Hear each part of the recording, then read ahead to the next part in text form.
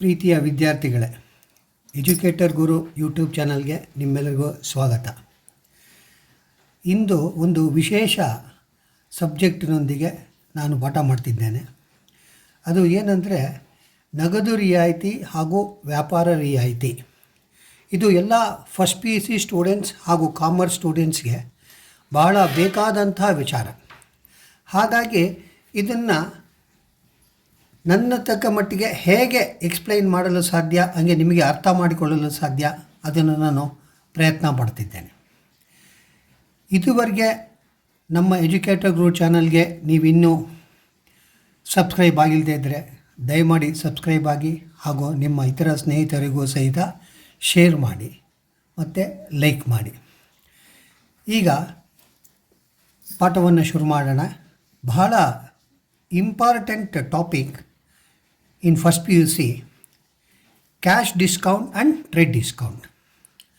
ನಗದು ರಿಯಾಯಿತಿ, ವ್ಯಾಪಾರ ರಿಯಾಯಿತಿ. ಇದು ಎಲ್ಲರಿಗೂ ತುಂಬ ಕನ್ಫ್ಯೂಷನ್. ಕ್ಯಾಶ್ ಡಿಸ್ಕೌಂಟ್ ಅಂದ್ರೇನು, ಟ್ರೇಡ್ ಡಿಸ್ಕೌಂಟ್ ಅಂದರೆ ಏನು ಏನು ಅದ್ಭುತವಾದ ವಿಷಯವೇನಲ್ಲ. ಬಟ್ ಸರಳ, ಅರ್ಥ ಮಾಡಿಕೊಳ್ಳುವ ರೀತಿ ಮಾತ್ರ ಬೇರೆ. ಹಾಗೆ trade discount appears in the bill or invoice only, but it will not be entered in the books.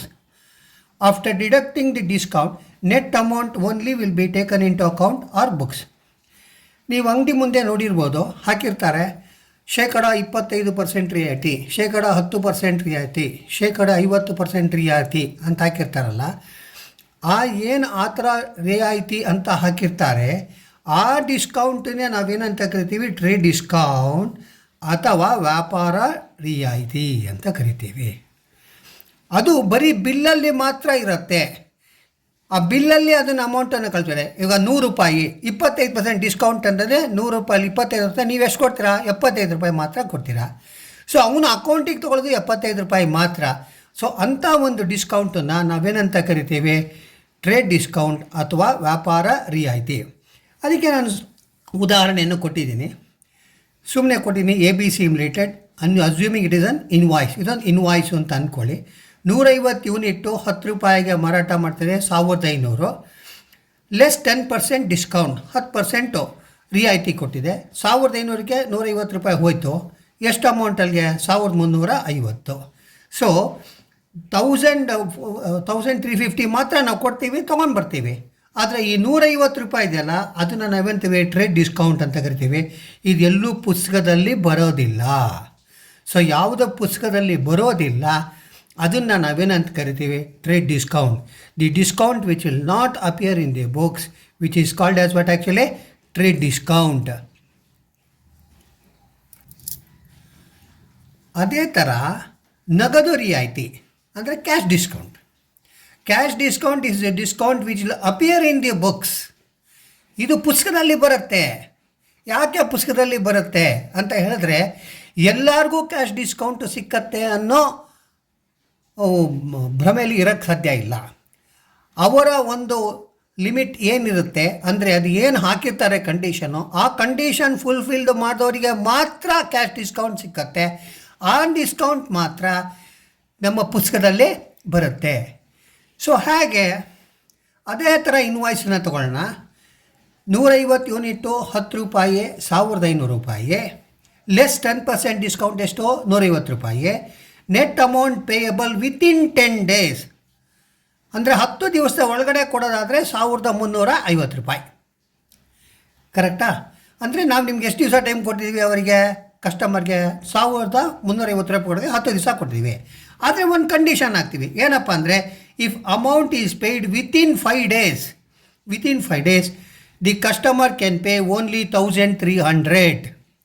ಅಂದರೆ ಅವನು 5 ದಿವಸದಲ್ಲೇ ಕೊಟ್ಬಿಡ್ತೀನಿ ಅನ್ನೋದಾದರೆ ಅವನಿಗೆ ಇನ್ನೂ 50 ರೂಪಾಯಿ ಡಿಸ್ಕೌಂಟನ್ನು ನಾವು ಕೊಡ್ತೀವಿ. ಅವನು 1350 ರೂಪಾಯಿ ಕೊಡಬೇಕಾಗಿಲ್ಲ. ಅವಾಗ ಎಷ್ಟು ಕೊಡಬೇಕು? ಅವನು 1300 ರೂಪಾಯಿ ಕೊಡಬೇಕು.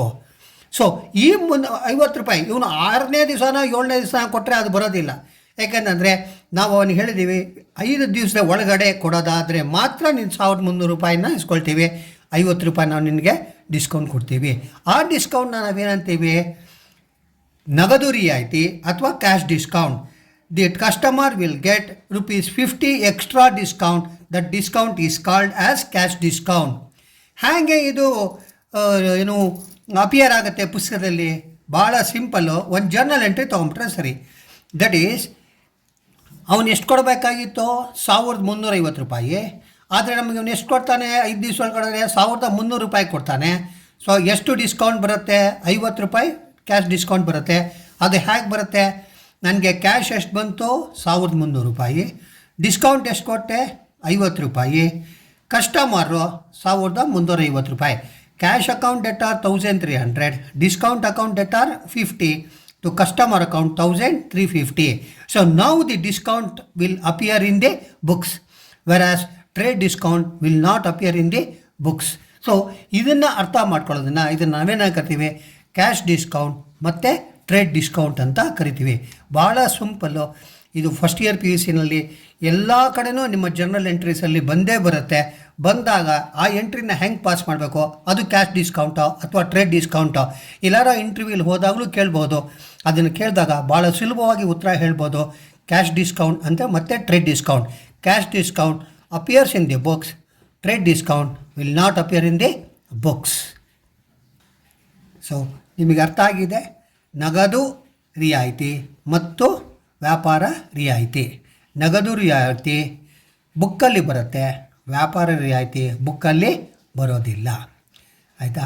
ಮತ್ತೊಮ್ಮೆ ಕೊನೆಯಲ್ಲಿ ಹೇಳ್ತಾ ಇದ್ದೀನಿ, ನಮ್ಮ ಚಾನಲ್ಗೆ ನೀವು ಇನ್ನೂ ಸಬ್ಸ್ಕ್ರೈಬ್ ಆಗಿಲ್ಲದೆ ಇದ್ದರೆ ದಯವಿಟ್ಟು ಸಬ್ಸ್ಕ್ರೈಬ್ ಆಗಿ, ಲೈಕ್ ಮಾಡಿ ಮತ್ತು ಶೇರ್ ಮಾಡಿ.